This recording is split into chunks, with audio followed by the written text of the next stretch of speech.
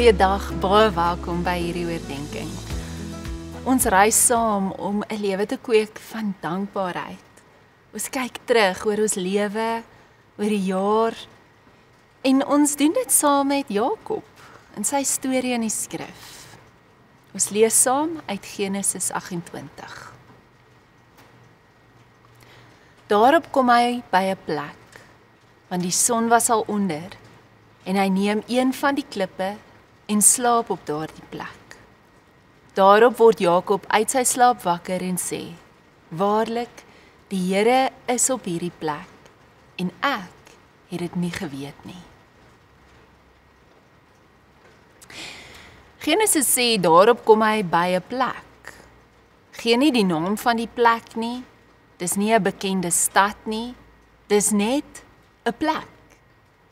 Dis my een van die mooiste detailkeuses in die Bybel. Die skrywer wil hê, ons moet dit sien. Jakob kom op 'n terrein wat nie 'n naam het nie, want dit voel vir hom soos niks.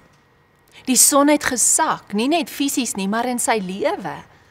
Hy het sy ma se huis verlaat. Sy broer is op pad om hom dood te maak. Sy pa het hom nie verstaan nie. Hy's alleen en hy dra meer skuld as sy bagasie. Hy vat 'n klip vir 'n kussing. Die Bybel sê vir ons op 'n stil manier, hy het letterlik niks oor nie, niks by hom nie. Nou Ronald Rolheiser skryf ergens dat die mens se grootste krisis nie gewoonlik tragedie is nie, maar gevoelens van verlatenheid. Nie verwonding nie, maar daardie onverwagse leegheid, eensaamheid wat soms oor ons pad kom. Die plek waar jy in jou binneste vra, waar is die Here? Dis Jakob. 'n alleenheid, 'n plek sonder 'n naam. As daar een lyn is wat jy moet onderstreep in hierdie storie, is dit die een, die Here was op hierdie plek en ek het dit nie besef nie, of ek het dit nie geweet nie.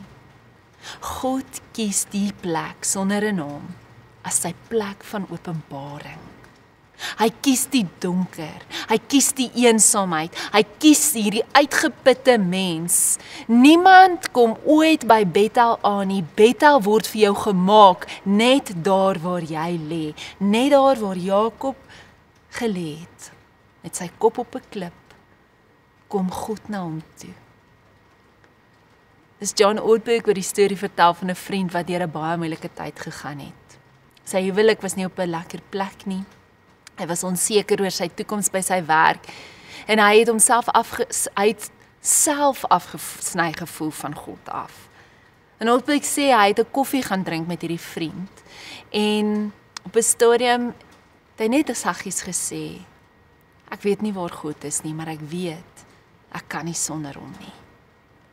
'n paar weke later skryf hy in 'n e-pos, dit was eers toe ek heeltemal leeg word dat ek agterkom, die Here was nooit weg nie. Ek was net te hard besig om te kyk na wat verkeerd is, om raak te sien wat reg voor my is. Hy was die hele tyd langs my, hy was selfs in my ontnigtering. En dis iets van hierdie belewenis wat Jakob het. Ons maak dikwels die fout om te dink dankbaarheid is 'n emosie vir wanneer dinge beter voel. Maar die Bybel leer ons hier, dis 'n bewustheid. Dis 'n leerproses van kyk en nie net te voel nie. Dis presies wat met Jakob gebeur. Hy word wakker met 'n sinvolle skok. Ek het verkeerd gekyk. Ek het nie gesien nie. Dankbaarheid is wanneer jou siel begin sien. Dis een van die woestynvadders wat eens gesê, die plek waar jy wag, is gewoonlik die plek waar God jou vind. Hulle het geglo dat God nie net aanwesig is in 'n tempel of in wonderlike oomblikke nie, maar besonder teenwoordig is in die woestynervarings van die lewe. Daardie stowwerige, geestelike niks plekke. Dit klink weer soos Jakob se storie. Die Here vind hom nie wanneer hy volmoed is nie, maar wanneer hy nie meer weet hoe om moed bymekaar te maak nie. En dit word die eerste saad van dankbaarheid. Nie dat alles reg gaan nie, of reg is nie, maar dat God naby is. God wat nie wag tot jy reg is en jou lewe uitgesorteer is nie. Nee, daar selfs waar jy lê, in eensaamheid, mismoedigheid, sê hy, ek is hier. So ek wil jou nooi om jou oë te sluit en te dink aan 'n area van jou lewe wat tans vir jou soos 'n naamlose plek voel. Leeg, onduidelik, onseker. En fluister hierdie woorde saggies: Here, wys my u teenwoordigheid, hier waar ek dit nie sien nie. Skryf dan 3 eenvoudige dinge neer waarvoor jy daar in daardie plek dankbaar kan wees. En dis dalk nie groot wonderwerke nie, net klein tekens van God se nabyheid. Dalk was dit 'n mens wat luister, 'n asemteug, 'n stukkie lig, 'n oomblik van vrede, iemand wat jou gedra het, of 'n deur wat nog nie toegemaak het nie. Praat met die Here daaroor. Kom ons bid saam. Hemelse Vader, dankie dat U ons ontmoet, maak nie saak waar ons onsself bevind in ons lewe nie.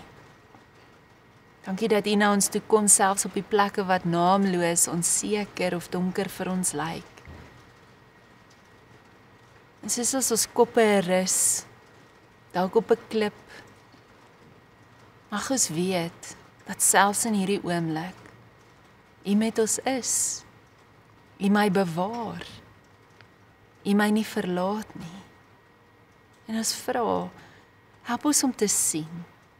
Help my om wakker te word, Here, vir U teenwoordigheid, selfs in die moeilike plekke. Help my om te sien. In Jesus naam. Amen.